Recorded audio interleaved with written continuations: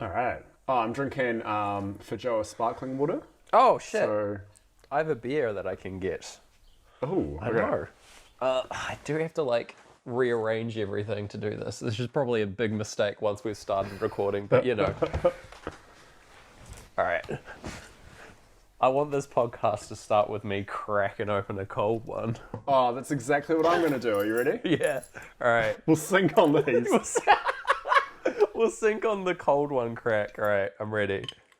3, 2, 1. Oh.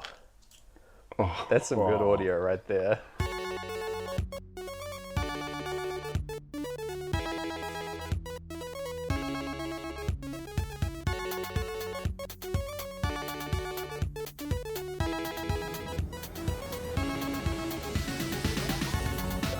The fortress moves each day. I grab the glaive. I turn it over. The movie never change. I know Krull like no one else does. Welcome to Sync Floyd, the Krullidays special where we sync the best albums of 2020 with 1983's magnum opus, Krull. My name is Gareth Blackler, and with me is James Barron. Hi there. Haim there. It's James. Oh! How's it going? I can't top your intro. That was way better. Oh my thank God. Love it.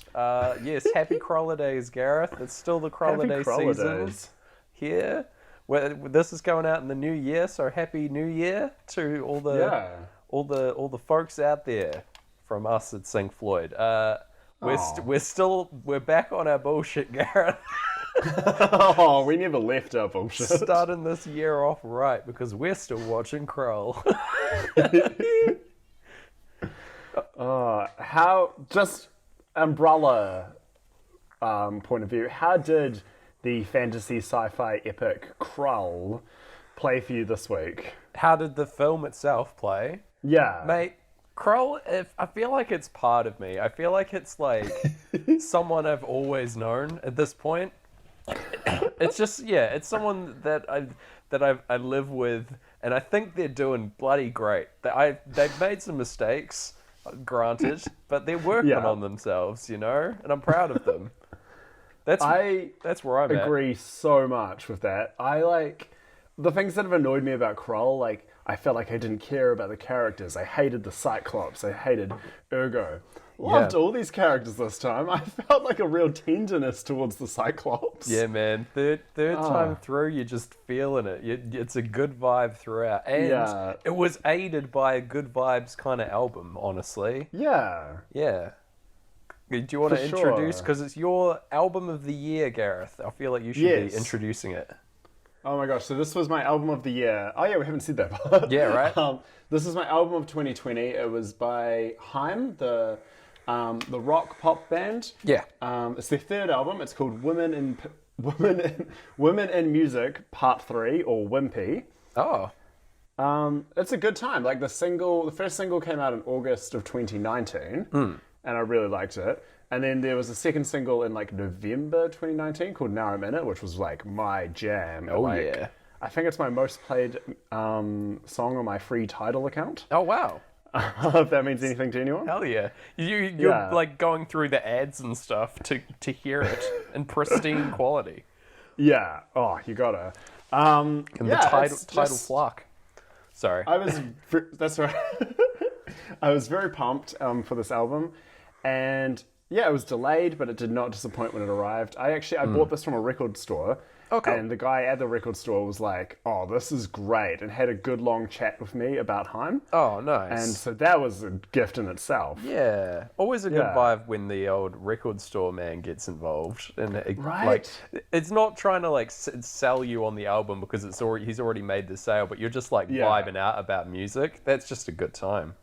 Yeah, I've got to give a shout out to, there's an Auckland record store called Flying Out, which wasn't where I had this exchange, but the people who work there are so good for the 90s record store banter that you crave but live in an internet age and can't get. It's so good. It's a dying breed, the record store bants, for sure. So get them while you can. Seek it out. Yes. Oh my gosh. So had you heard this album before? Not at all, Gareth. I I gave it the courtesy listen without a movie playing in the background. Because I feel like I owe you that level of respect as my friend and cohort on this podcast, Gareth. I figured I would listen to your album of the year free of distraction, which I think is reasonable. I liked it a lot. It's a good album. I can attest and agree. I think I really enjoyed it. Yay. But gotta say, also very good with Krull in the background. Right? Yeah. I found there were some songs on this that I wasn't like crazy into until my Krull listens, because you end up hearing it like 2 and a bit times. And I was like, yeah, I get these now. These songs click for me thanks to Krull. That's interesting to hear that you like weren't vibing every track on the album, but like now through the medium of Krull, it's a newfound grander experience. That's excellent news. I think it's the nature of a longer album. Like like there's 2 kinds of long albums. Obviously there's one where there's long songs, and there's one where there's lots of tracks. And I think with the nature of an album with lots of tracks is you won't love every track the same way every time. Every listen, you'll be in a different mood. You'll gravitate to a different kind of arc in the album. I think fair. That's why I call them shaggy albums. It's like when you pet a real shaggy dog. You're gonna get your hands lost in that fur, and you're gonna love it. Oh yeah, I feel like that's a very literal shaggy dog story. That out of character. I like it. It's definitely. I have opinions on all the songs on the album, and I'm hyped to get into it and break it down. I kind of want to see if you're going to be taking the reins in terms of like steering the ship on this, because you love this album and you want to sing its praises, right? So yeah, I'm low key a bit worried you're going to hurt my feelings by not liking some songs. It's going to be interesting because I feel like I maybe like different songs to you on this album. So I like this. We'll get some extra info. But yeah, I have been playing this album like all week. So yay. That's my glowing recommendation of the album off the bat. So that is good. Even if you don't have the DVD of Krull to hand, definitely give this album a listen. Yeah. We definitely have to at least add to the Venn diagram of people who like Krull and like Haim, which is just the 2 of us. We can extend that to our audience, It's going to be a growing Venn diagram for sure. And there's definitely a circle sitting outside of it, which is the Pink Floyd heads. Yeah, they're very confused over this Krulliday period. They're hopefully tuned out. They're just like waiting for the new Floyd releases or something. They're just vibing out on a beach. Still listening to Dark Side of the Moon. Yeah. Sinking it with some waves. Going undercover to catch surfers. There you go. Makes sense. Well, should we crack into our watch? How this Haim album synced with Krull? Yeah, man. Let's do it. As we start every time, we start with Los Angeles, Gareth. Everyone's favorite Pink Floyd song. I mean, Krull. Yeah. I mean, Krull. I mean, Haim. I don't know. Over Krull's intro with the spaceship. I really like this opener of the album, by the way. It's such a good song, eh? Yeah, it's really good. Very like beachy vibes. We got like a ukulele kind of style guitar playing happening. It's good. Some ripping saxophone, and like you can hear conversations deep in the mix. Yeah, just like there's this crowd noise, which is something I think their producer Ariel Rashad is really responsible for, because he does it a lot on Vampire Weekend stuff as well. Oh right, so same producer on both multiple albums from these guys then. Yeah, well, Ariel's produced all 3 Haim albums. Okay. This one he co-produced it with Danielle Haim and Rostam. Who was formerly in Vampire Weekend. Oh my gosh, cool. Yeah. So, like, even if I wasn't into Haim, like, this has enough people I really like involved that, like, I'd be like, oh, okay, what's going on here? And then, luckily, Haim is so talented that, it wins you with that. They've got the Gareth, they downloaded the Gareth mood board from your secret Tumblr blog. Yeah. And they're like, how do we get this boy back into Haim? Wow, we're gonna get the crew together, get them all together. Yeah. Yeah. One last Haim heist. One last time. Oh my god. No, seriously, shout outs to the production on this album because it is airtight. It is fantastic. Everything is sounding like so crisp and so slick throughout this whole album, and I love it. Yeah. Really, really good. But yes, this song is giving the intro to Krull a much more positive bent. Right? Like, just seeing this, like, ominous fortress roll in, and, like, the glaive flying around in space. I feel like this is kind of our victory lap for the year. Like, yeah. I'm just like, I was smiling at the start, being like, yeah, it's the third time I've watched Krull this year. Yeah. I was just picturing the beast at the steering wheel of the fortress, just like swaying back and forth, kind of like in the intro to the Drew Carey show. Yes. Just like having a blast playing the song as he like hoons around planets looking to destroy them. Yeah, man. All the Slayers are like dancing around him like he's Drew Carey. Yes. Yeah. That's exactly what we want. Yeah.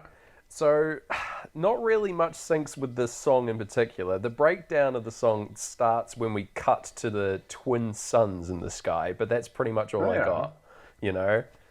The classic twin suns above planet Krull, as we know. I can't think of any other famous twin suns in any other 80s movie, or 1979 movie specifically. No, there's no... There has never been a twin sun in any movie. That's the weird thing. Yeah, Krull was the invented first this, to do it, so it's bloody impressive. And yeah, it's our first sync. Well, kind of sync. We'll take it. Yeah. I mean, Haim, neither of them sons, neither of them twins. None of them twins. Yeah, true. But, you know. Do they get confused to be triplets at all, or related at all? Because they're like, I guess, like, I think this is, like, in general, like, girl bands and boy bands fall victim to the, like, Hanson paradigm, right? Where they often confuse to be siblings. Wait, do you not know that Haim are all siblings? Are they actually all siblings? Yeah. Ah, sick. Okay. Este is the oldest, then Danielle's middle, and then Alana's the youngest. Dude, and shows what I know about Haim. yeah, they used to be in a band called Rockenheim, where Mum and Dad were involved as well. Oh, whoa. That's cool. Yeah. Yeah, but Rockenheim would just cover Mustang Sally and, like, Dallies and stuff. Oh, yeah. Yeah, They moved Mustang on. Dally. Mustang Dally. Where can I get that demo? Please, Haim, release the Mustang Dally EP. Because hot damn, that's great. Should we move on to the next song on this Yes. long album? We've got The Steps is the next track. The Steps, Gareth, probably tied for my favorite song on this album. Whoa. See, The Steps was the one that had to grow on me and is only this week, like, finally reached its final form. Holy shit, that's wild. Like, I love The Steps It's now. so good. Yeah. Yeah, the first time listening, like, I was like, oh yeah, when I heard Los Angeles in the opening track, I was like, this is pretty good. And then I heard The Steps and I'm like, okay, I'm in. I see why this is now the album of the year for young GB. I'm feeling it. It's really good. The instruments on this track are just perfect. There's like it's got like really crisp guitar sounds, and then like the chorus is out of control. I love it. It's just such a good like stomp. Like I want to quote unquote rock out. I want to find out what rocking out is, and I want to do it to this song. Yeah, man. We'll figure it out together. But yeah, we get to see some Slayers kind of rocking out, getting ready to attack the castle. It's true, the song, so that's good. The fortress bloody lands, and then we just get some shots of some Slayers vibing out. I like to think that they're dancing around to this track because I am. It's a hit. I hope this is like one that stays in their repertoire, like for when concerts start up again.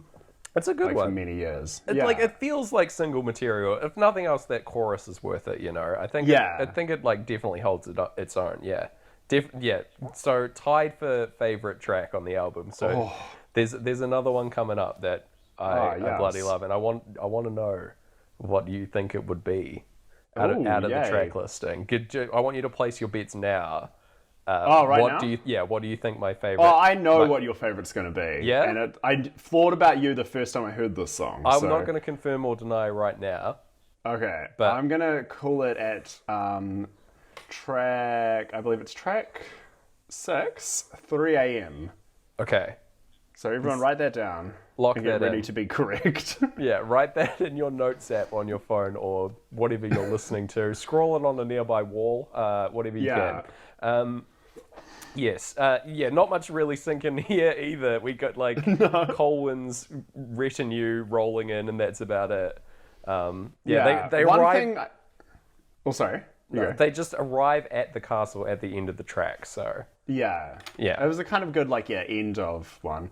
But one thing I realized is you never see the villages or the towns that they're kings of. You only see this one castle. it's true. Yeah. Well, they come from very it's a whole planet, right? They're warring kingdoms, so presumably they're fairly far apart.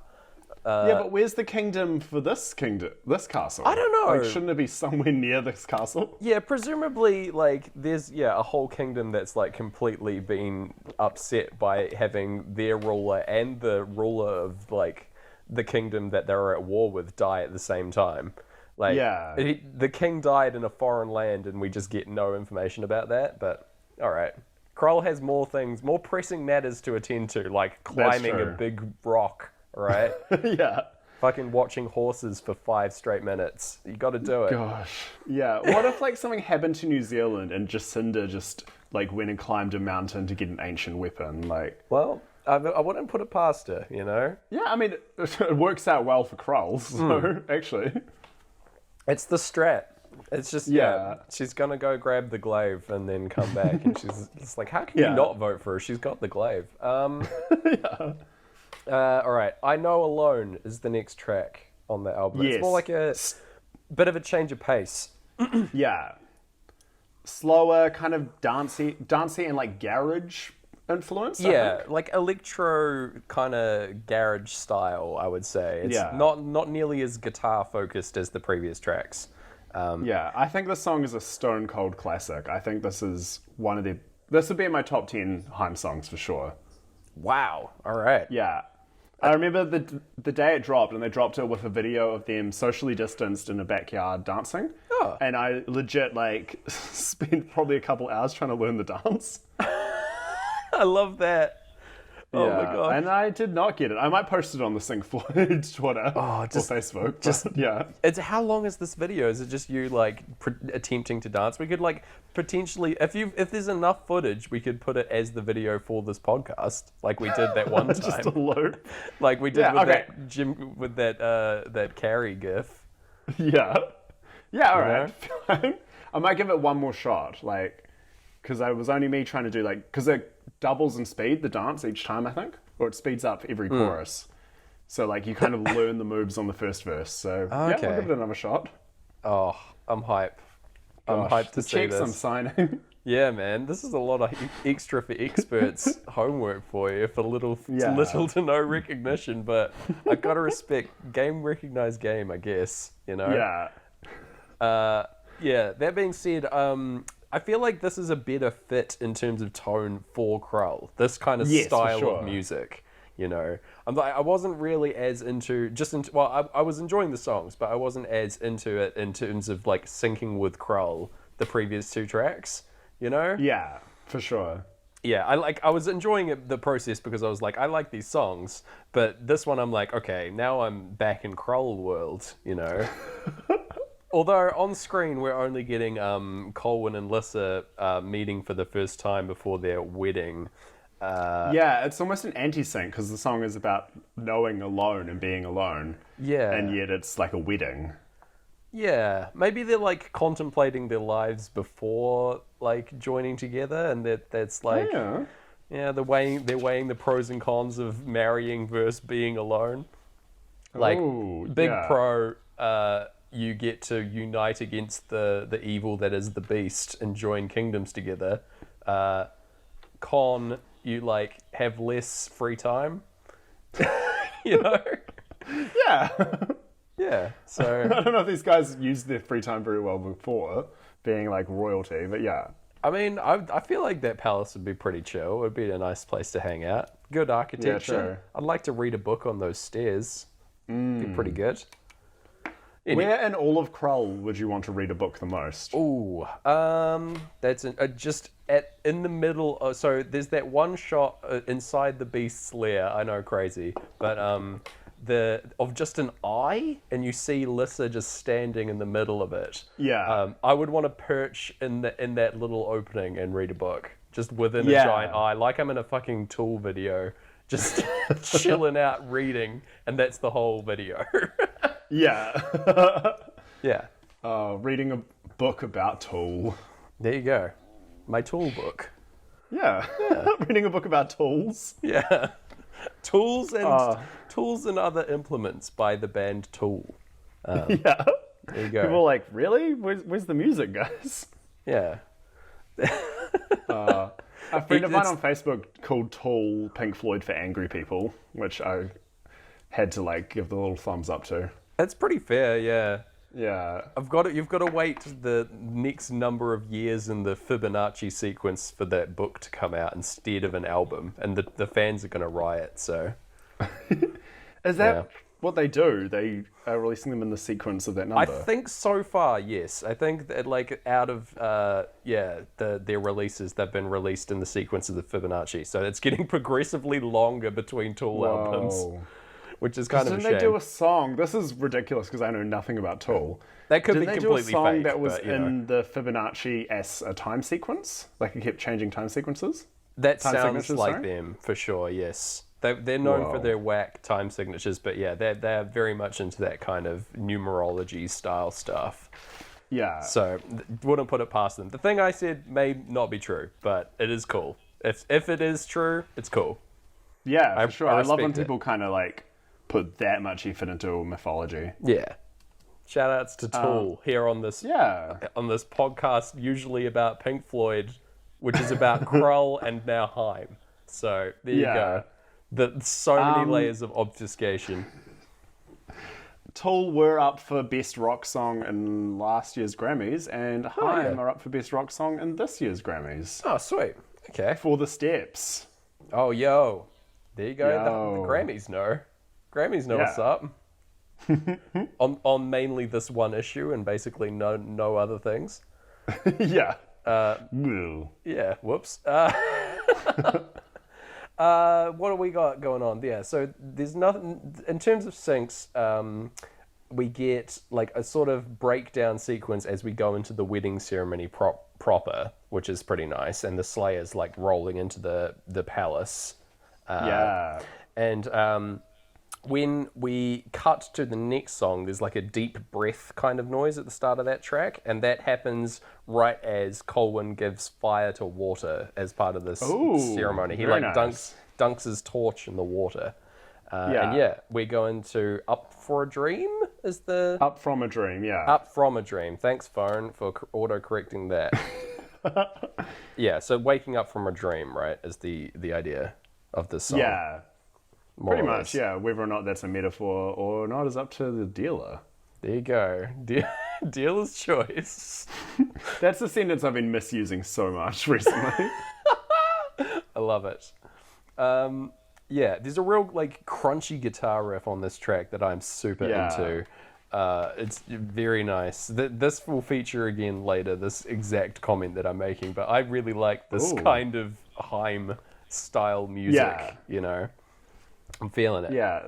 They wrote the song apparently within a day and got it all perfect. But it's very notable for fans of this show because a very famous musician makes a guest appearance at the very end. Who's that? The Clocks from Pink Floyd. Whoa! Yes. Right? All the bloody clocks go off at the end of this song. I'm feeling it. Yeah, I'm so happy that there is a Dark Side of the Moon analog within this album. I feel culturally... I feel at home when I hear clocks go off in an album now. You know, Yeah, I'm for sure. At last, an anchor point here in this abyss of an album. I'm lost at sea and I need it. Yeah. That's usually you need how a I Pink feel. Floyd to be hello. Yeah. That's why I listen to Pink Floyd so much. It's the only reason. because Yeah. I get so confused when listening to other albums. I don't know when to set my watch, Gareth. No. No. But yeah, we're basically just getting the like battle between the Slayers and all the people here, all the kings dying, etc. Not a great sync tonally, really. No, not at all. But that's all good. However, there is like a really intense, like mega distorted guitar solo on this track, which I feel like is Yes. fitting some Slayer fighting a bit better. You know? Yeah, for sure. I was like, here we go. Okay. I wish there was like, if this was a Pink Floyd song, this solo would have lasted like a full 3 minutes. Yeah. And would have been perfect for a lengthy battle against the Slayers, but that's fine. Haim have more pressing matters to attend to, more excellent songs to make. That ain't to prove to you. I'm not saying the Pink Floyd do need to prove to you, but yeah. They're proving in a different way. Yeah. Yes. So when the alarms and clocks go off in this song, Yeah. not in time, notably, we get a shot of like Lys's face as her bodyguard like dies and falls off some stairs. That's what's going on screen. Yeah. And like it sort of looks like she's like been taken aback by these clocks going off. Could be her bodyguard dying, but it could also be No, it's got to be these clocks. yeah, like 3 alarms going off simultaneously, you know. Yeah. She's like, excuse me, this isn't Dark Side of the Moon. Excuse me. That's not waking up time. I want to earlier see this morning. I want to see the meme of like Haim's album and it says I sleep and then Dark Side of the Moon and it says real shit. Now, no offense, Haim. I did it for the meme. I'm so sorry. You and your memes. Oh mate, I'm such a zoomer. Zoomers v boomers. Okay. Anyway, we've got to move on. Gasoline is the next track. Feelings on this track, Gareth? I really like this track. Like, I feel like it's a probably more minor song, Yeah. but yeah, it's very fun to sing along to. Yes. It's just like, okay, this is using a different musician, like quoting him on that. It's just like, this is Ezra Koenig from Vampire Weekend saying like, all these people were saying like, oh man, rock's played out, stock's in the toilet, man. And then the argument being like, oh cool, the stock's going cheap, let's do stuff with it. Yeah. And this is like, yeah, this is just a good rock song in 2020, which is an incredibly hard thing to do. Pretty much. And unfortunately, to do a good rock song, you have to make it look effortless. So there you yeah, go. And they do. This is just it. Yeah, the guitars on this are just like sublime. They're just so nice to listen to, and yeah, just sort of fall into the track. It's really, really good. But we're just seeing Lyssa get kidnapped in the background over this. However, Gasoline and like talking about setting things on fire, this song does play over the cart getting set on fire in the track. So I'm pretty happy about that. And all the Slayers are cheering away, and so am I again. I'm relating more and more to these mindless Slayers, Gareth. Slayers just must have good music taste, eh? Yeah, pretty much. I mean, when you look like that, you kind of have to. You got to justify that aesthetic somehow. You know? go for an audio medium. Yeah, exactly. It's like whenever you see like someone dressed up in like all kinds of gear to attend a rock show, it's like, man, that person must have really good taste. They know what they're doing. Or just like a well-established aesthetic, you know. I'm like, man, I bet they listen to really cool music that I wouldn't understand, you know? Oh yeah. Music that needs the Fibonacci sequence. Yeah, man, there you go. Yeah. Just like that, I went from Zoomer to Boomer, so... Woo! You've aged. I aged like 400 years in that short, and during that song. But yeah. So 3 a.m. is now. Your prediction for my favorite track. So this is, Gareth, this is my third favorite track on the album. Whoa. I know. Whoa. But it's got everything you love. It's got a like 90s funk kind of vibe. Very true. It's about fuck boys and booty calls. Which I am. It's sort of tailor-made for me, right? There's sludgy ass guitars, and it's like kind of like a surreal kind of pop banger, but about like a real shitty thing. But yeah, and then like it's very sample heavy, which is very me as well. But yeah, no, like it's definitely good, but it's not my fave. I'm going for the like either the classics or yeah, but I wanted to see what you think it's going to be as well coming up. So yeah. Okay. But yeah, I think this is definitely like a hard turn out of the album more so than even before. I think track 3 is kind of a hard shift, and then this is like basically a U-turn in terms of style on the album. It's really good though. I do like this track a lot. Maybe this is like a grower for me, and it will end up being my favorite as per your prediction. But I've only listened to this album like 7 times, so you know. I love that because I think to a lot of people that's a lot of listens. But Nah, like, man, I feel that's like to both of us, that's like nothing. Yeah, that's rookie numbers. What are you doing all day? But yeah, this like surreal song is playing basically over just Colwyn lying down the entire time, waking up in like his destroyed palace.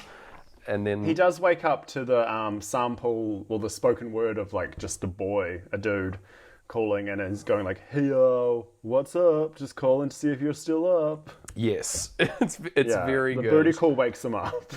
Wake up to that booty call. Yeah, he missed his alarm by 1 song, but you know. Anyway, I feel maybe you should edit your meme so it's like I sleep, and then for a booty call. Then they wake. Yeah, there we go. Yeah. Perfect. And then I sign the meme with my full name and initials. Not enough memes doing that these days. I consent to this meme. Goddamn. No, absolutely not. I feel like this song has a time to shine on the second playthrough. Spoilers for. I feel like it definitely lands better on the second time round, the merry-go-round. It's a great track, Gareth. I feel like I've disappointed you potentially, but anyway. No, not at all. I have long before this even this idea came up, I was like, I bet James would like this song. I didn't tell you about it because I'm not a good friend, but you know. Hey man, you knew that eventually I'd be listening to this album for our podcast, so there you go. You're well prepared. It's fine. It sucks when you have to make friendship compromises for content. the Sync Floyd story. No. Yeah. Nah, it's all good. Okay, so yeah, not really much going on in this song, in this part of the song. There's some good anti-syncs of he's real dramatic when you hear no boogie. Yeah, and then he's staring at his medal when Haim's saying I can't stop staring at it. Yeah, that's good. That's the same. Yeah, I'll take that. But yeah, he sort of eventually just gets up and goes on the quest for the glaive, and then we go into Don't Wanna is the next track. Over our big mountain climbing sequence. Yeah, I'm pretty sure this runs the length of this whole song, this mountain climbing part where he's dodging rocks and stuff. I feel like this track in general is I feel like this is what I originally think of when I if I had to boil Haim down to a single song, it would be this. I feel like this sort of sums them up. It's just drums and vocals and guitar, and it's very raw, and it's really good. Yeah, it's got some kind of I think there's a mandolin on the song. Yeah. Low key, just being used as a rhythm kind of thing. Yeah. But yeah, I get you. Yeah, it's a very straightforward track, and I'm feeling it. It's good vibes. But for us, we're just seeing some rock dodging, so you know. This might be the closest we've got to a sync with this scene, simply because true, yes. I don't want to give up. It's still early days, just as this long hike happens. Pretty much, yeah. Also, the rock dodging does some shots of that do sync up with the entire length of the chorus, which I'm pretty happy with. You know, I think there's a lot of rock dodging. So again, this is a fish in a barrel kind of scenario, but you know. Yes, we're still climbing up. We like just reached the cave just as we go into Another Try is the next song. And I've written... Is this your favorite? No. That song is so good. It is good. Yeah. I'm feeling it. It's kind of like a reggae kind of song is like what I've written down. It's really like, because all the it beats on the threes, which is like pretty unusual, especially for a pop track. But yeah, it's really nice. I'm feeling it. Like it's again, like they're shifting it up between songs. It's feeling very cohesive as an album, but like still like having that variety to keep me interested. So I'm loving it. Oh, cool. Yeah, this was one where like when I first listened, I stopped what I was doing and just stared at the the speakers for a bit, just being like, "Whoa, what?" Yeah, it's so it's pretty different. I'm feeling it's like just the shake up in time signature is very strange, or not time signature and like I guess swing, but syncopation. Ooh, I know music. Yeah, so we're doing the cave, the glaive cave kind of stuff here. Glaive cave. Just going through this in short order. He reaches into the lava to hold the glaive aloft over the bloody breakdown and change up in this track, which I'm enjoying. Yes. And then like as soon as all the crap's falling off, the magma is falling off the glaive, we're cut back to the original vibe of the song, back into that on the three. Yeah, it's good. Yeah, and then it gets a bit trippy in the outro, and that's when you go to the Beast's trippy cave. Yes, is this the first shot we see of the Beast? Or his off weird... his, inside his fortress, Of his whole aesthetic. Yeah, I like that. I was really hoping for a lot more trippiness syncing up with Beast shots. Yeah, but same as with Pink Floyd, really, and to be honest, Run the Jewels. Yeah, we all wanted, We just need to get some very I'll choose a trip hop album as my album of the year next year. I promise. No. Ooh. I'll get real into next 2021's the year that I get into trip hop. That's about time. I think trip hop needs its time. Yeah, it's been 2021. Maybe 20 years after its heyday? Yeah, perfect. It's about time. It's about time. Trip hop, it's about time. There you go. Yeah. Print the shirts. We got Colin and Ania are chatting about where to go next as we go into the next song, Leaning on You, which this is like a country ballad kind of song. It feels like I get a real do you know the artist Jonathan Coulton at all? Yes. Yeah. Yeah, I this feels like a song that he's ghost written somehow. Whoa. It just it's very, very much his vibe. Which is a big compliment. It's very chill vibes. Yeah. This was my first time where the album started to inform the movie in a way that wasn't a sync, but maybe something more, where I was just because it's such a sweet song about getting through a relationship, in a relationship, and you sometimes bicker, but you still love each other, and it's when Colin and Ania are bickering. Yes. And I just wrote just in Leaning on You in my notes, and then drew the little heart, the emoji of the face covered in hearts. Ah. Nice. Yeah. This is my first time watching this film, and all the times I watched this film, and had an idea that maybe these people do care about each other. Oh, I hope so, yeah. With those guys. It also illustrates my love-hate relationship with Ergo the Magnificent, who also makes his appearance in this song. Yes. He's he delivers the line. I just fucking hate Ergo. I can't handle him. Sorry. Yeah. His line, he's 1,000 miles off course. The more times I hear that, the more it rings true, Gareth. He's just he doesn't belong in this film. Get him out of here. He should be in the other kingdom. Sorting that out. Turning into a goose or whatever. Goodness me. He's not matching the film and he's not matching the song, so I'm angry that I'm seeing him. He does appear when they say "fuck this up," which is, his whole thing. That's his whole move. Oh well, he gets some redemption this time. So this again, we'll get to it. This playthrough, he redeems himself a lot in my eyes. Yeah. I Sweet. love him now. Oh no. Yeah, I hope to be convinced. I've been hurt before. Anyway, yeah, so he bloody turns into a goose and we start listening to I've Been Down. Yeah. This song, my comment on it is that this song, it feels like it's always been around. I thought, like, I had to look this up when I first heard it because I thought it might be a cover. Because I was like, this just sounds like a classic song.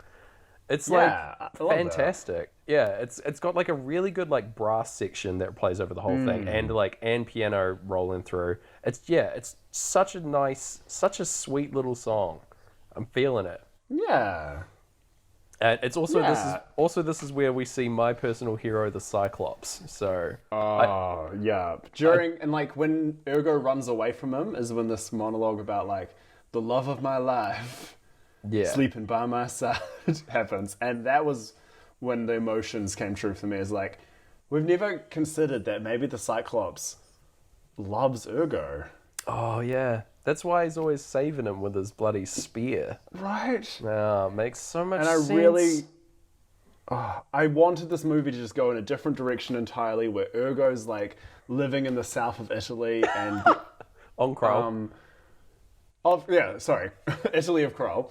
And the Cyclops comes to stay with him to like learn from his dad, and the two just have like this illicit affair, and it's called Krull Me by Your Name. Wow, that's great. Yeah. Please, someone make a poster of that for us, please. Oh, yes. Or Call Me by Your Glaive. Oh, that's even better. Holy shit. Oh, too good. Too smart. Smartest joke so far. Love it. Yes, I do want to note, this tail end of this track has like a sort of clap break that plays over. That happens as the fortress shifts location. I just want to note that down. That's not really a sync, but that is something that happens. Just keep that in your mind. It has been noted. Okay, excellent. Next up, we got Man from the Magazine as we're entering a bandit ambush. And we're about to see, Gareth, the only men that could have featured on magazines from this film. Yes, that's exactly what I wrote. That's a good old sync. Yeah. Because we got our boys Robbie Coltrane and Liam Neeson back at it again with the white bands. Yeah. I'm loving the so again, track review time with James. Sweet chord progression on this song that you would not normally hear in pop music again. Like lots of minor keys and then like a sweet roll down on the guitar that I'm really liking. I would compare this song to like one of my favorite bands, Band of Skulls. Like I got major vibes of that, so that's a big old compliment from the J-Man here. Cool. Yes. My only sync for this section is that the axes that the boys throw, that Torquil and Liam Neeson throw at each other, they come together perfectly in time with the song, which is they just clash on beat, and that's it for this whole zone. Yeah. So it's my shining light for the section, Gareth. Okay. It is such a good song, and it's like... It's really nice. Yeah, you can just kind of hear... It's almost like it's a very specific song in that it's two sexist events that kind of have happened to them. But like, it's that beauty in like you write something specific and it becomes universal. Oh yeah. Yeah, because you feel the same pissed off feeling they feel in the song. Yeah, absolutely. One of my favorite C-bombs in a song, I'd say. Oh. Yeah. Oh my gosh, I didn't even notice. There's a it's like a little twist. Just like you don't know how it feels. There. Yeah. Oh, I have to re-listen. At the very end. Look out for it next time. Okay. I'm hyped. Maybe I have a censored version. I don't even know. Oh no. Your mum's been sabotaging. No, Mum, get off my Spotify. Please, I'm so embarrassed of my Wrapped. It's all Pink Floyd, Mum. Anyway, yeah, so we got the next bit is we're negotiating with the bandits, like trying to get them on side, basically. Not really much going on there, but the song that's playing is All That Ever Matters, This is kind of like a synth pop kind of vibe, is what I wrote. Yeah, I love this song. Yeah. It's Also, got these screams in it. yeah, Which rule. yeah, the screams are awesome. They're really Yeah. intense. And yeah, the guitar in the song is like ripped straight from a Strokes track. It's so good. There's like this Yeah. wailing guitar, which is just really, really cool. I was hoping that this sampled scream, Gareth, was going to sync up with some hot Slayer action, but unfortunately, no. We're just getting like people talking. The scream lasts as long as the Cyclops isn't shot, but yeah, other than that. Okay. This Yeah. is my second favorite song on the album, Gareth. Wait, what? This is your second favorite? Yes, this is my tied favorite. Oh, okay. All that ever mattered. There you go. Yes. Oh, okay. Yeah. nice. Just I broke mainly a because chair. it's got a fucking crazy good solo. Did you fall off a Yeah. chair then? My chair just did some sort of break, but of how pumped I am from the song. Yeah.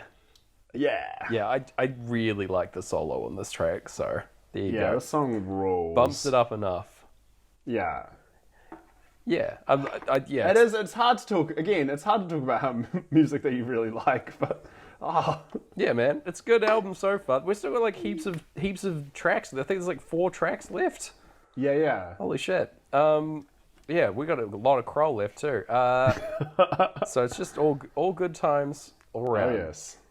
Party's moving on, and we've got FUBT, which is fucked up but true. That's what that stands for in the song, in case you didn't know. Yeah. In case you've got the censored version. Yeah. It was effed up but true in my version. Yeah, we've got the sequence of the Cyclops saving Ergo with the spear, and I feel like this works pretty well with this song, that because we get the Cyclops backstory, and that backstory is fucked up but true. So Yeah. there you go. Ah. But yeah, in terms of like instruments and stuff, this got like it's just got again, this is a very like quintessential Haim song, and that it's just vocals, guitar, drums, and that's it. Yeah. And then like I think there's like 3 guitar, like 3 I think layered Danielle, guitars. Alana, and then Rostam and someone else are all playing electric guitar on this to really get it super heavy. Yeah, man. It just layers in as the track goes on, and we finish with like these like cascading solos. One of the it's pretty sweet. Yeah, we're getting that solo as we're like off to see the Emerald Seer. Yeah. Oh my god, this is so silly. I love it.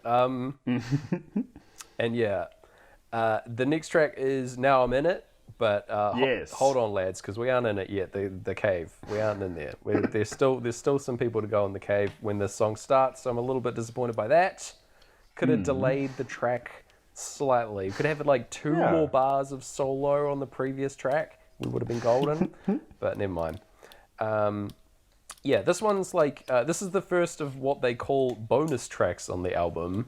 Yes. So this was these last 3 songs were the ones released in 2019. Okay. And I think were not written with an album in mind. They were written more just to get writing and get kind of out of their heads after like a tough year. Okay, as standalones kind of thing. I feel that. Yeah, for sure. So yeah, to me they kind of tell a story as well, because Summer Girl. Oh, we'll get into it once we've heard them all, but Okay. I kind of on the vinyl they're in order of Summer Girl, Now I'm in It, and then Hallelujah, Oh, interesting. So which they're is in a their different. release order. Oh, they're in a different order on the album. That's so weird. Yeah. Okay. Oh man, hopefully that hasn't thrown off our syncing, Gareth. No. I was listening to my iTunes copy. Okay, excellent. Yeah. I was listening on paid service provider Spotify, non-sponsor of the show. But we are on Spotify. Look us up.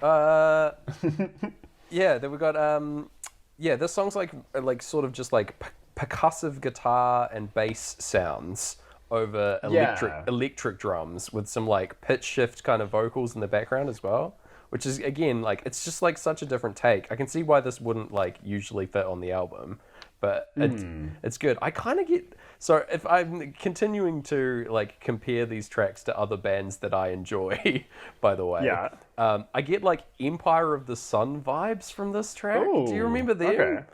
Yeah, for sure. Yeah, like I haven't thought about them in a really long time, and I was just like, oh man, this is like very much them. So it's good. See, I would call this the most Haim song on the album. Like, Oh wow, okay. that kind of digital reinvention of like classic rock, because it's got a kind of Edge of 17 kind of vibe to the guitar. Stevie Nicks. Yeah. But I'd say this is the most like, this is definitely first album Haim kind of vibe. Sweet. Oh man, Yeah. I'm gonna have to go back now and go through all this stuff. If it's all like this, like that's awesome. Yeah. Yeah. I like to imagine, so there's a breakdown on this song. This is so dorky. This is what I do when I'm just going like, this is walking cool. around. There's a piano breakdown. Are you talking about that? Yes, I think after that comes like a kind of guitar riffy bit Oh, where yeah, it's just the riff. Yeah. And it's like building up, and you hear like what sounds like maybe there's a crowd talking, maybe a baseball game. I like to then this is so dorky. So Age of 17 was sampled for Independent Woman by Destiny's Child. Oh wow, really? So I like to go, while that's happening, I go like the Haim sisters, but like, can you handle this? So I was like, Esther, can you handle this? Danielle, can you handle this? Alana, can you handle this? I don't think they can handle this. And then it goes into the piano. Amazing. Oh my god. So, make your own fun in this life, guys. That's the like Rick Ross remix of the of this song, and that you've changed literally 4 bars of the song, and that's the only difference in the whole track. I love it. Someone release that, Gareth. That little sample bit. Be real into it. just on your own Spotify. Immediately. Yeah. That's how we go down. Oh god. I think what a lot of people don't know is there's services where you can get your songs on Spotify. Like, you can pay $20 a year and get your stuff on Spotify. Oh my god, crazy. The Which secret's is so out. funny to me. What can you put on there, listener? The Spotify challenge. Put some of your own music up. Make a song that is possibly illegal and put it up. See what happens. Yeah. What do you got probably to go to lose? court for that. So maybe, just put up you humming, like improvising humming. Yeah, it was like Wolfpack did that thing where they put up an album that was just silence so that they could make a bunch of revenue off of Spotify. Yeah, they just got I people love that. they got people to play it while they slept, and then made like a bunch of money and used it all to like fund a tour. It's so smart. Yeah, that's awesome. Whereas we put up a YouTube video of silence, and all we got was spam bots telling us to meet them in private chat. Oh man, I mean, the silence is not only what features in that video, but it's also a response to those spam bots. Yeah. So that's fine. Here's your chance to talk to us, spam bots. Yeah. We await your replies. So the little piano solo just plays over fucking Torquil like stealing an emerald. And it makes that little sequence so much more dramatic. It really like pulled, because like it's such a like a shift in the song. It really pulled me into the scene, and I was like, what is this boy up to? Why is he stealing this emerald? I just noted it here. I don't think I even registered when he brought the emerald out again, because I'd seen that bit a million times. But just the song added to it, Yeah, because I always forgot, like, I never noticed he stole the emerald initially, and I was like, oh, okay, he's got some rocks. Yeah. Pulls out some rocks. Classic Torquil. Torquil rocks, man. For real, he does. I'm a big fan of him. His costume, so good. Potential Halloween costume for me in the future. Please do. Perm your hair up and everything. It'd be awesome. And I just wear like a spiked collar and like chainmail shoulder pads. Yeah. Get a friend to have the key to it, and you'll be like, no. No. Now that the journey's, even when I go home, I'm like, nah. I think I'll keep them as a reminder of our journey. Make me your court martial. And everyone's like, who was that guy? Yeah. Great hair on that guy. No idea who he is. Okay, Hallelujah, Gareth. It's the second to last song on the album. Again, I get very much like, it felt like this was a classic song and this was like a cover version, but no, they wrote this. It's such a beautiful song. It's so good. It's so sincere, which is Yeah. so rare these days. Yeah, it's very somber lyrics as well, like talking about like Yeah. losing a friend, and it's a tough emotional song to go through, but it's lovely. Yeah, Very sweet. and no syncs with the Emerald Seer. None at all. I've written literally the seer joins the quest, and that's it. So there you go. We're just Yeah. getting the like vision and stuff, I guess, going on with that. But yeah.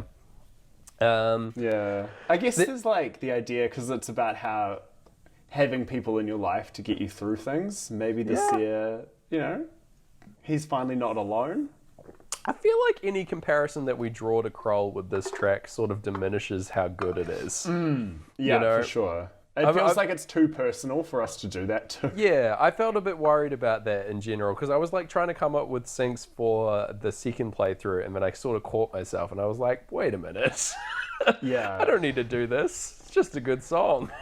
So, Oh you know. no, we've come apart. Sincerity has defeated us. Yeah, it's a shame, but there you go. Defeated by sincerity. Yeah.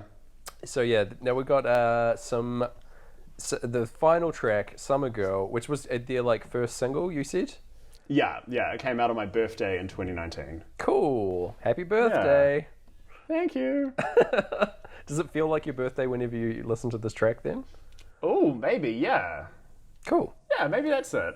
And this came on very unexpected at a work do, and like no one knew how it had come on, and it turns out Spotify had finished the playlist and was just playing recommendations. Oh yeah. But yeah, me and the other Haim fan at work were like, not complaining. Yeah, it's a nice one. It's again very like it sort of lives up to its title, I would say, in that it's like very summery vibe throughout. There's a really nice little saxophone sort of arpeggiated riff that plays over it, which is really nice. Love me some sax, man. Anytime. Get the saxophone in the song any day. Yeah. It's, At least all three of the albums we discuss on the show do feature saxophones. yeah. Yeah, there you go. Yeah. I feel like every year we've said this, but 2020 year of the saxophone. Yeah. Yeah. I'm pretty sure we've been saying that since like 2009, but you know. Yeah. 2011 did pretty well for us, and I'll say 2020 has as well. Yeah, sweet. Yeah. There you go. Invest in brass. Yeah. Yeah, it's very chill song for this is where we get a battle against the Slayers in the swamp. However, I want to point out some lyrics in this song. Lightning in your eyes, you can't speak, falling from the sky down to me. Does this not describe the Slayers, Gareth? Of course. Oh my god. Slayers not speaking, and they have lightning whenever they clash their swords. Yeah. You know, so maybe something going on We there. need the word. Were they thinking about Slayers at all as they wrote the song? Gosh. So my so the story these songs tell to me in their order of release. This is the vinyl version, the teasing, the thing that I teased earlier. Yeah. So Summer Girl's actually quite a sad story. It's about her boyfriend, Danielle's boyfriend, Ariel Rashad, the producer. Yeah. Getting cancer and Oh, no. her kind of supporting him through it. And then wow. and having to be just positive and all this stuff, and that was actually like super hard. So she wrote a sunny song about it. And then Now I'm In It is kind of about the depression that came after that. Wow. And then Hallelujah is about how her sisters kind of got through it, which is exactly the story that led to them writing this album. They all got together and they wanted to write through it. And that's why this album kind of came out quicker than normal and stuff, and has like so much songs on it. That's so interesting. Like, I wonder. Yeah, so it's a beautiful little story. Yeah, I wonder why they didn't put it the same way, the same order on each version of the album. Like, Yeah. I'm sure like it's intentional that like on different versions it's different ways around, but I would love to know the reasoning behind that. So Yeah. Well, I'm kind of it's a bit of a shame that they put these songs at the end and like labeled them bonus tracks. yeah, Like It it would have been cool if they'd been like sprinkled throughout the album. Like still finish on Summer Girl, because like where can you go from such a banger? great closer. Yeah. Yeah, no, In fact, honestly, still finish on Hallelujah and Summer Girl, and then just Yeah. have like Now I'm In It probably like in the first quarter of the album. Yeah, in the first little section there. Yeah, I would put it Yeah. after the third track, personally. That's where I'd Yes, slot it same. in. Yeah. Before Up From a Dream. Yeah. Yeah. Nice. Okay, we've solved it. Oh, God. Yeah.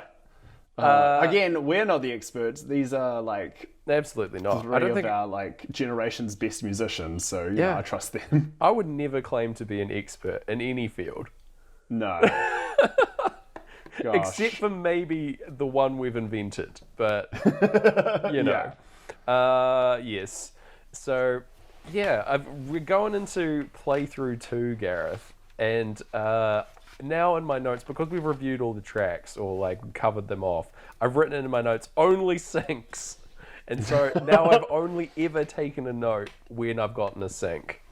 Oh. Just so you know. All right. Wow. Okay. Here we go. We got there's like, so right, I just quickly at the end of playthrough 1, the Cyclops joins the party and they clasp hands dead on the end of the album. They like shake hands. Yes. It's like him joining is like, here we go. Okay. Yeah. So we got Los Angeles now. Sinks, colon. I've just written, there's some good matching cuts between Lissa trying to escape the fortress, who are like running around inside the terrifying beast fortress, again, just matching up time-wise with the track, but nothing beyond that. And these days I can't win. Like, that's how you'd feel if you were stuck. If I'm in a stuck in beast's a like, tower. in an existential dread nightmare tower, then that's exactly how I feel for sure. Some like weirdly good timing with the chorus of the song "The Steps," Gareth, my favorite song, I would say, with the seer getting killed and replaced by the changeling. Some good syncing there. Yeah, Yeah? I get that. I think because it's very juttery, especially when he turns his hand extends, Yes. and it kind of matches that donk, donk, That's donk, donk, donk specifically what I'm talking about, actually. That like exact section. So sweet, we're on the same page there as well. beat. Yay. Yeah. What's next? We've got getting like replaced by the changeling and all that. The Cyclops sees the seer's body rise out of the swamp. Right as we get into the quiet vocals. Now this, I feel like, happened in Pink Floyd's famous Dark Side of the Moon album as well. I've heard of that. Yeah, that we saw like a dip in some vocals in the old, I feel like it was Great Gig. I could be dead wrong. Yeah. But yeah, we saw this body rise out on a somber note before. So there you go. Oh yes. Yeah. People know what's up with the old syncs, man. There's the secret language that we're uncovering to movie making. Yeah. Get sad at exactly, I guess, an hour in. Probably an hour 10 or something. Anyway. Yeah, that's when you get sad. Yeah. That's when I get sad. Oh no. Just an hour 10 into anything. So nothing really over the next song, I Know Alone. Really, we've got Anya saying Oh, that very much an anti-sync of some things never change, but we're dealing with a changeling. Yeah, completely changed. The literal change embodied. This thing can change. It'd be changing. I mean, it probably not changing so much no more, in that That's true. it's sunk into the ground like a little worm friend. Yeah. Oh my gosh. But yeah, I just want to know, where does it go? Does it change into dirt and just wait its time I until don't know, man. Colwyn gets murdered by dirt? We've got a lot of theories, right? We came up with their like little, they build their own little bodies under the ground, the Slayers and stuff, but I don't know. This thing makes no sense because it looks completely different, but it still does the weird little worm move. I wish we'd seen like little pods or something inside the castle, inside the fortress. You know, at the end. Do you think there's a Krull like novelization that would have come out around the same time? I hope so, because just for my own self-worth and excitement, but I don't think so. I feel like I would know about it if it did exist, with the extensive Googling of Krull that I've done over my time. I'm very sorry to say a novelization was written by Alan Dean Foster. No. Next. But that's all Wikipedia gives me, and then it starts talking about a comic book. What? There's a Krullic book? Oh my god. There's also I was trying to go Krullidays game, but there's a video game. Okay. Oh, yes. For Atari. Yes. You sent me this video game. I tried to play it. This was going to be like a bonus upon bonus episode of the show. Was just going to be a short segment of me talking about trying to play the Atari Krull video game. It's hard as shit, which is indicative of the time period of video games that this came out. Basically it's very short at the start, little sequences, very easy, and then you get to the fucking Widow of the Web section, and it's impossible. It's like, I don't know what I was doing wrong, but I was just dying over and over again. I needed to call out to Lissa inside the egg for me to get in there, but they wouldn't let me in. Maybe you were supposed to yell at your Atari, Yeah, I didn't have that functionality, unfortunately. But so I got stuck there, and that was where my quest ended. So that's a real shame. But at least now we've reported on that. As part of our the Krullidays are going nuts. As part of our Krulliday special. Hey James, do you have a spare $768.57 and a US address? Oh my god, no and a half. What? Why do I need? Then I guess we can't get the Krull paperback. Oh my god, it costs that much. Apparently. Holy fuck! It must be the Amazon rarest. says there's 4 used copies, but they do not seem. I think they're lying about that. Used, and how much are the used copies if the brand new one costs $700? It doesn't look like they exist. It just tells me used copies exist and then gives me nothing more. Oh my god! Maybe that's all that's available, and they cost that much. That's wild. What a collector's item. Yeah, no one on customer reviews has given this book 1 star. Right. Most of them 3 stars. Sweet. There you go. A quick, fun read. As one would expect from a novelization, this follows the movie very closely. It does expand the story somewhat. Ooh. Hinting at why Colwyn and Lisa are uniquely suited to facing the beast. Well, spoiler alert, but we have our own theory coming up at the end of the show that will be discussed about what is going on there. Yes. But from an actual expert, from a phone-in expert, but yes. So we'll get to that at the closing of the show. So look forward to that. Don't skip ahead. There's so much more. My notes are getting more and more insane, by the way, because this is the 3rd time we've talked about this movie. I've written Sunset and Ergo turns into a pup boy, which he does. He turns into a little pup boy. Classic. Yeah, this time him turning into a little pup boy really quite hit me. Yeah, man. I was like, that is so sweet. It's very kind. It's this first good thing that I feel like Ergo's ever done in his life. He's winning me over with this move. Up from a dream. We got each to his fate. All the alarms are going off at the end of this song again, as Aeneas is scaling them. We get a shot that I have never noticed before in Krull. Ooh. Because it's so short. It's in between all the guys talking about Liam Neeson's multiple wives. Canon. Yeah. And then all the wives inexplicably showing up immediately. There's a 3-second sequence or something of just Aeneas walking up some hill. Walking on, showing us that he is on his way to the Widow of the Web. And I've never even registered that in my mind until the old alarms woke me up to it, Gareth. So they were look, this shot. Yeah, there's still something you haven't seen in Krull, and here it is, James. Amazingly, there's a piece of this film that you haven't looked at. You haven't processed a fully. single frame unconsidered. Yes. But thankfully we can file that away after this pod. We can put Krull to bed at last, at least until next year. We got gasoline now. All the ladies have shown up at camp. Okay, Gareth, remember how last time gasoline played, we talked about how the cart got set on fire, right? Yeah. This time there's a bloody roaring campfire in the middle of the camp here.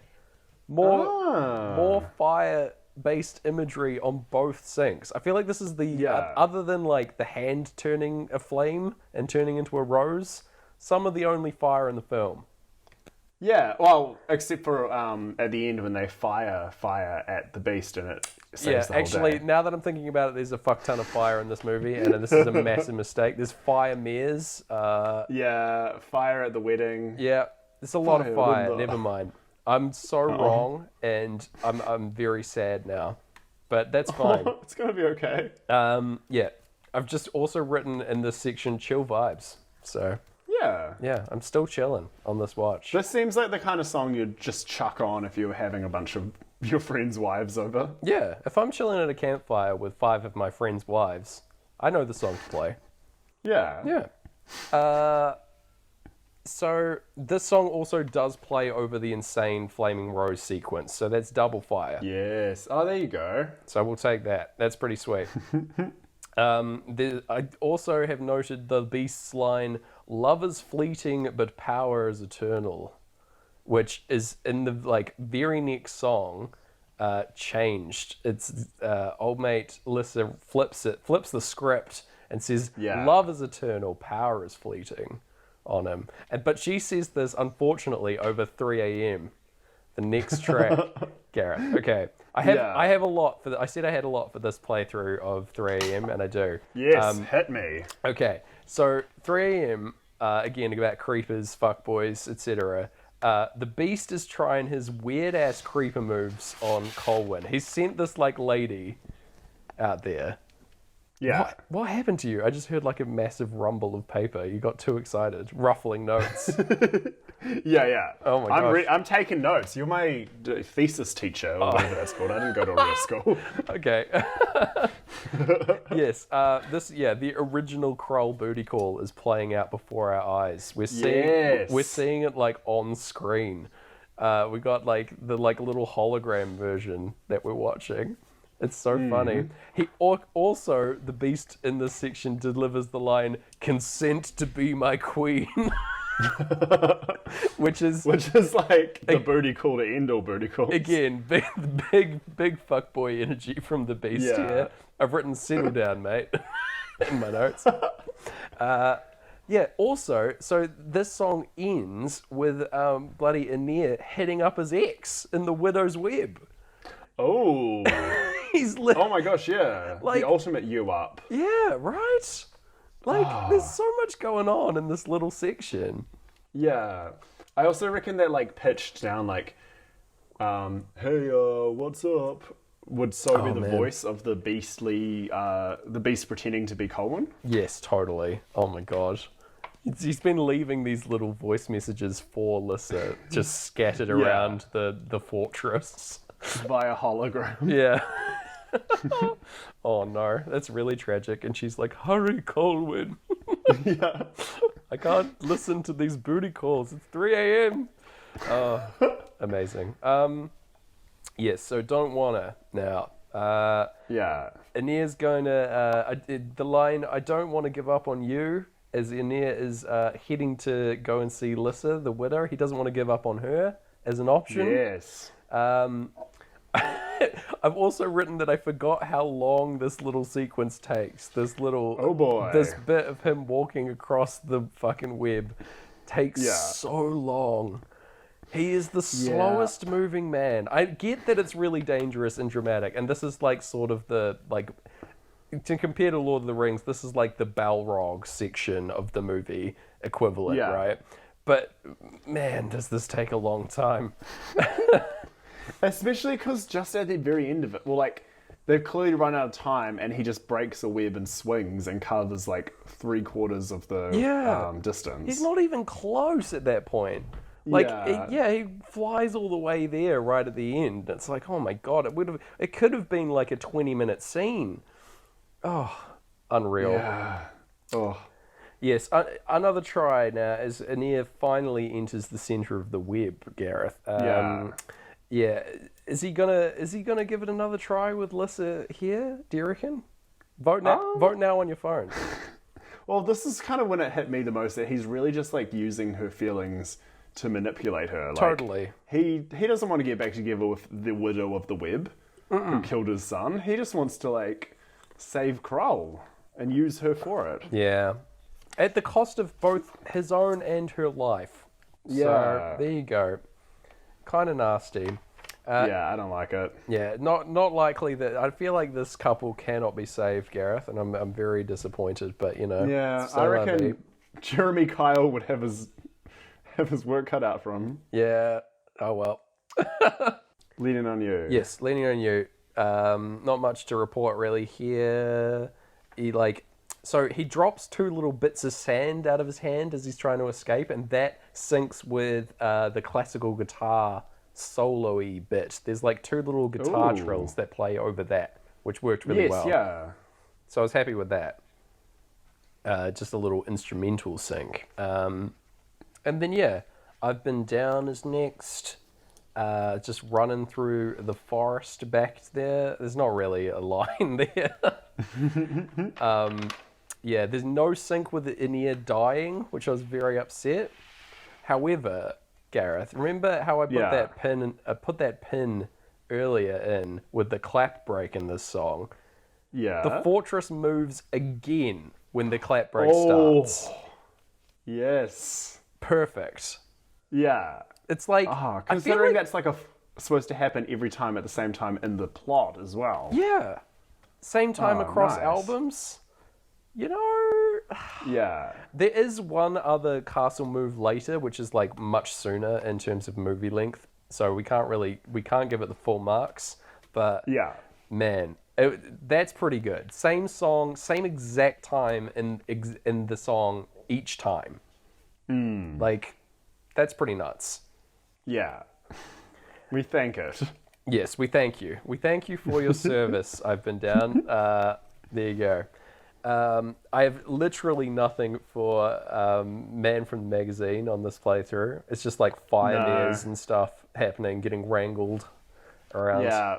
People write magazines about horses. I guess. But other than that, yeah. This should have been in magazines, the like mistreatment of the animals in this movie, because oh my god, this scene is awful.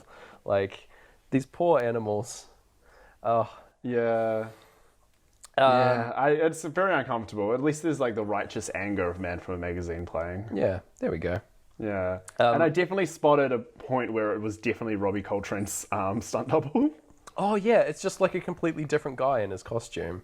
Yeah. Yeah. Like, doesn't even look like him. No. It looks like that was a mistake and they dressed the wrong guy. Like halfway to the same haircut, and that's about it. Yeah.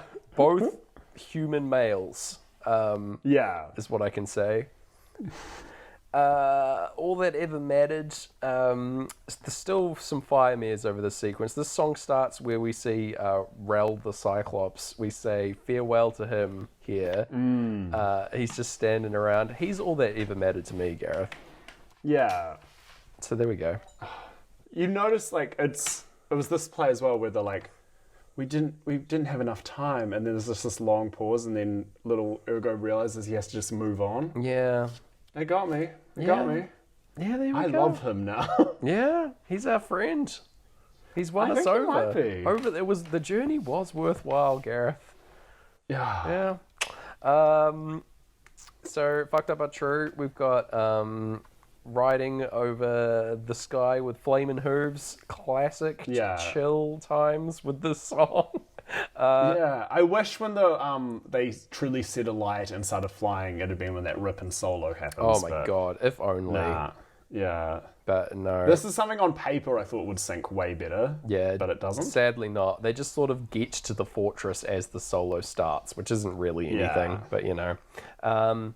Now I'm in it. We've got climbing the fortress, but so they totally a little bit early. Not in it yet. Not in the fortress yet. Yeah. So again, slightly out. If that solo was longer, could have been happier. But the line in the song, "Been trying to find my way back for a minute," as we see the Cyclops riding over the horizon to save the day. Oh, yes. I didn't even click to that. I thought, like, when I saw that, I was like, he's thinking, well, now I'm in it. Now I'm going to have to die painfully. Yeah, that is also something that I've noted, and that he, now dies at the end of this track to this song. Yeah, it's the tragic hero's death as we cut to Hallelujah. Also, Robbie Coltrane dies. So, Yeah. So, yeah, see you later, mate. And Colwyn kind of panics in rhythm to Now a Minute while that's happening. Oh, nice. Okay. Yeah. Just sort of like It's a shifting hard one around. to explain. He's dodging Yeah. some laser blasts. Yeah, and he's clearly not quite sure how to act that. So he's just like decides to kind of twitch a lot. I mean, he's not sure how to act in a lot of this, so you gotta sort it out, mate. Yeah, Hallelujah now as yes, Hero the Cyclops crushed to death, very sad. We got the soothing sounds of this song are not matching the interior of this fortress, Gareth. Not in the slightest. No, it's no fun. Also, rip Liam Neeson in this sequence. Yeah, to the line about a friend dying, Yeah. which was very Yeah, it's pretty bad. yeah. Old mate Ergo and Titch also get separated at the end of this track. They go down the little like weird hole in the ground. Yeah, which apparently the actor who played Colwyn got severely injured, like doing his stunt in. I mean, it looks like it. Like he's getting lowered down on like a rope, right? Backwards. Yeah. It doesn't surprise me at all because he looks like he only narrowly escapes the sequence, which is good for the movie, but also really bad for the actor. Like, I don't know how heavy this floor is because it looks like everything in this whole area is made out of polystyrene. But yeah, like, I don't know. I think they didn't have any control on its speed, and it was entirely up to the actors to save him. Yeah, he definitely gets like slightly wedged at some point. So yeah, man, if that's the take they used, or maybe they just did one. Yeah, probably running low on time. All right, end of playthrough 2, Summer Girl. We've got old mate Ergo, your friend, turning into a tiger, hanging out with a small boy. Very strange. Very strange. Yeah. Our phone-in guest had a lot to say specifically about this, but they didn't record anything, so Okay. About to. I've written that he's about to start using the glaive for literally everything. Yes. And this is also when much like how the song unlocked a new era of creativity in our hero's Haim. Oh yeah. The glaive was unlocked. Finally. The glaive has been holstered for too long, Haim. Everyone out there, use your glaive. Yeah. You've got it. You've got it. Don't listen to Aeneas. He has no idea what he's talking about. It. So many lives could have been saved. Oh, ridiculous. Yeah. So there we go. The boys get stuck in a spike trap. It's so poor guys. Old idiot, what's his name, dies trying to get his dagger. Yeah. By this point, we're into Los Angeles, and that's right. Yes, we're playthrough 3, the victory lap. Yeah. Here we go. Give me a miracle. I just want out of this. Yeah. They want to get out of that spike. They sure do. It's killing me just before he gets stabbed, and then can't stop crying as it goes close to his face. Yep. While he screams. There you go. Yeah. Guess it's a lot of syncs with the old spike trap. Yeah. Oh my gosh, I love this trap. It's the dumbest trap in a movie I think I've ever seen. Yeah. But I love. It's so clearly just in there to rip off Star Wars and the trash compactor. Yes, exactly. That's the whole reason it's in here. Yeah. Oh my god. So Lissa escapes the prison and the glaive is used to break rocks, kill slayers, basically everything. Swiss Army knife of the fantasy realm. Very exciting. And then the beast breaks out of his prison and they start their like Beyblade battle that they're gonna have. It's very exciting as we go into the steps now. Old mate, the beast gets like stabbed as we start this track as well. Like it gets wedged in his arm. The glaive does rather. And then a lot of like impotently trying to retrieve the glaive by holding your arm outstretched. A lot of that. Yeah. Not a six. I mean, if it worked one way, keep trying it for everything else. Still funny. Holding your arm outstretched. Now they use the old fire magic down in the cave. to defeat the beast. Okay. At this juncture, Gareth, I'm going to invite our special guest onto the podcast in audio recorded form. Gosh, imagine if we'd had a special guest actually waiting to speak this whole time. Like an hour and a half or whatever it's been on this final record. Can you give the story of how you got these exclusive clips? Okay, exclusive clips. Super fan and friend of the show, Robyn Thomas, aka Bobby, has provided this these audio segments, live reactions, and review of Krull. So she just watched Krull on her own accord and sent you these. Yes. Picked up the DVD.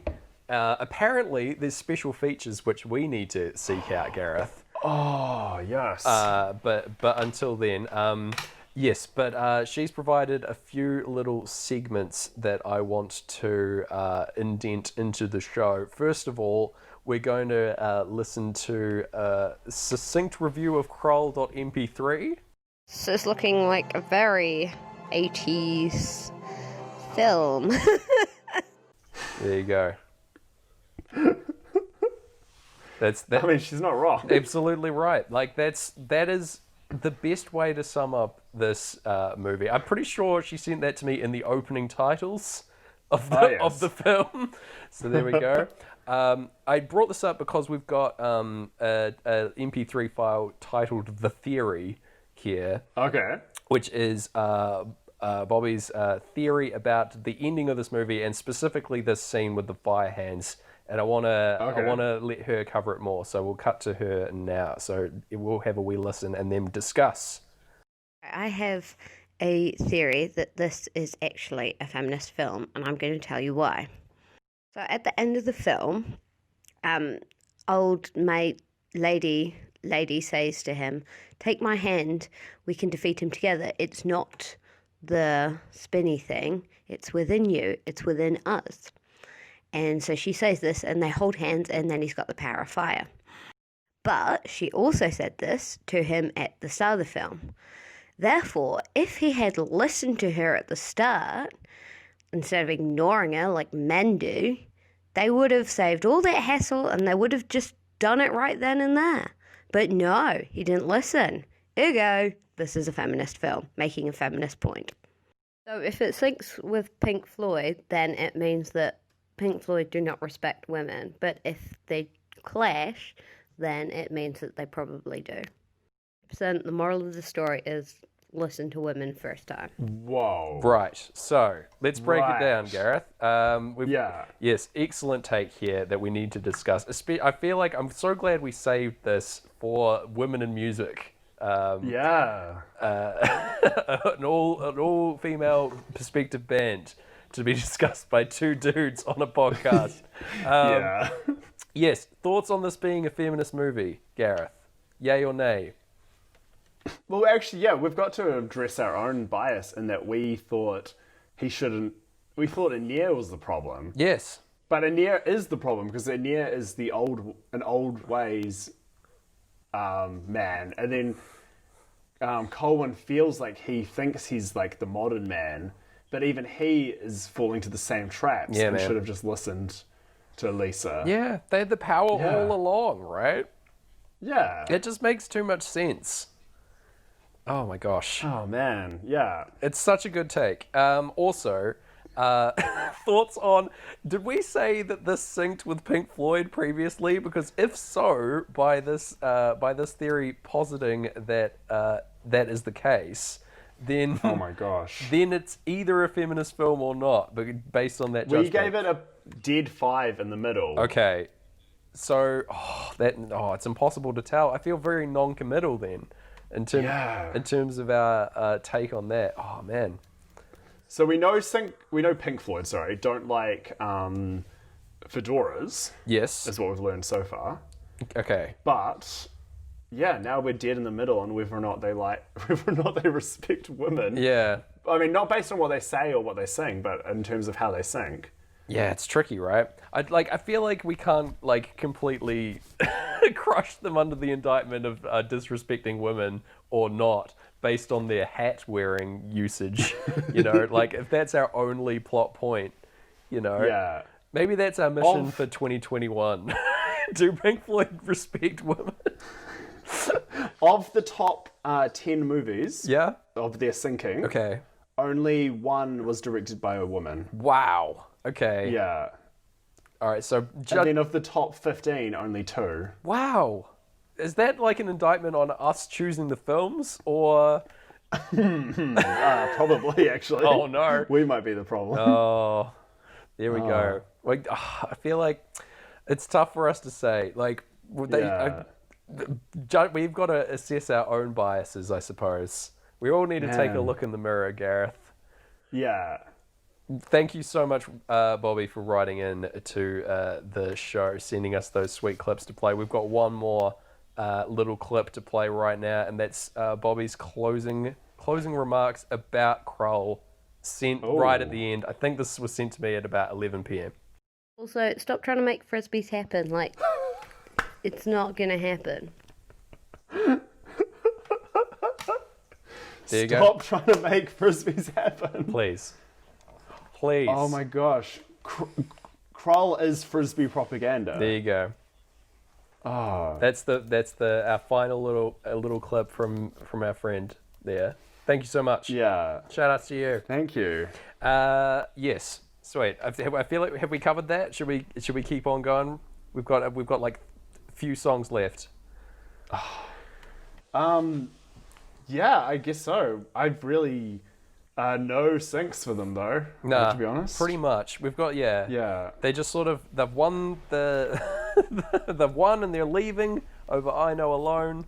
Not really anything happening. Yeah. The line, some things never change, they never fade, it's never over. And I'm saying, nah, pretty much is over. We're at the end of the movie. Yeah.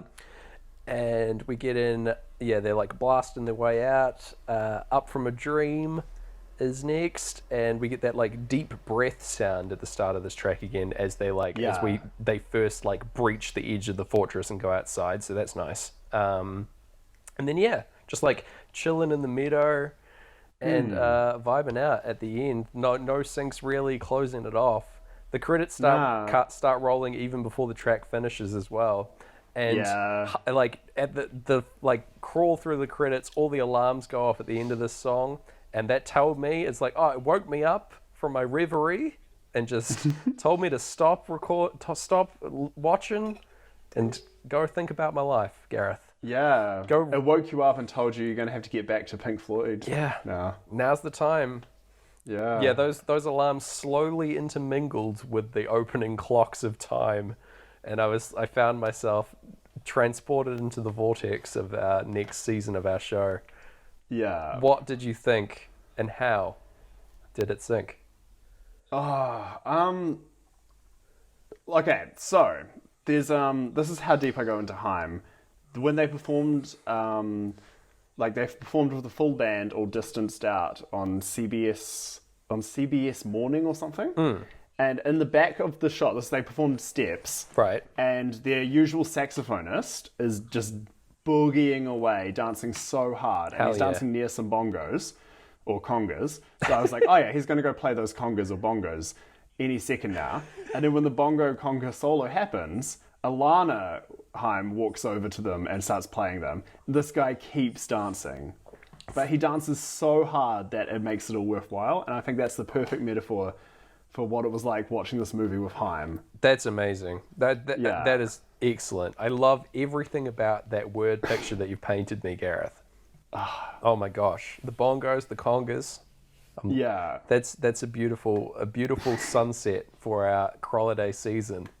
Yeah. That's the essay. Instead of a number, it's that essay. A short essay on the graph. Yeah. Oh my gosh. I feel a little bit of a cop-out in not giving it a number, but I'm fine with it. At the end of a long run of our silly show, Gareth, we're going to rest on our laurels for this. The start of a new year. We'll have a new episode. Are we going to take like a week off and then bring you a new episode, or are we going to... What can these people expect in their feeds coming up? Are we just Ooh. hitting it hard and going, next week there's a new app, look out? This might have been a conversation off mic, depending how busy we are. So True. there was a break before we started Krullidays. Yes. So we went Krullsmas, week off, Krullidays. Do we crack right back in? Yeah? Yeah? Yeah, let's just keep it rolling, I feel like. Keep it rolling, If we've taken a wee break already, that's only fair. Okay, yeah. People need this content. The week we took off, that's technically not happened while we recorded, but it's happening as you're listening to this. People were like attacking our doors. It's true. I sensed the rising anger in the air, and I was petrified, not only for myself but for you and for the show, Gareth. Yeah. Over that time, it was a tough week, but I've learned my lesson, and we'll never take a break again. Yeah, as per our blood oath with Pink Floyd. Yeah, I felt the demons creeping under my door at night. It's such is our want and our need and requirement. So there we go. That's the season 1 of Sing Floyd Pod in the can, as they say. Yeah. Well, I guess let's hope we have a season 2 as good as the sitcom New Girl does, which I feel like I've talked about on this show. Vastly how improved. good season 2 of that is. Shout outs to season 2 of New Girl. Final shout out for the year. See ya. Yeah. Well, I guess there's the only thing left to do is, if you haven't followed Sync Floyd on social media, you might as well do that. You can watch me dance, apparently. Yeah.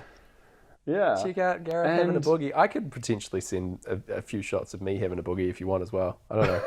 As an extra bonus. Just to cut in, just you like nodding with sunglasses on, just like, yeah, he's boogieing. Oh, yeah, we could do that. Okay. Yeah, okay, cool.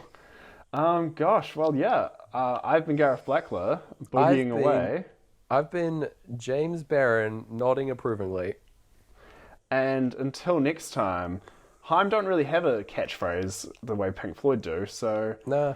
Well, I'm your summer girl. I'm your summer girl. Dark side of the moon. Do do do do do do do do. Goodbye.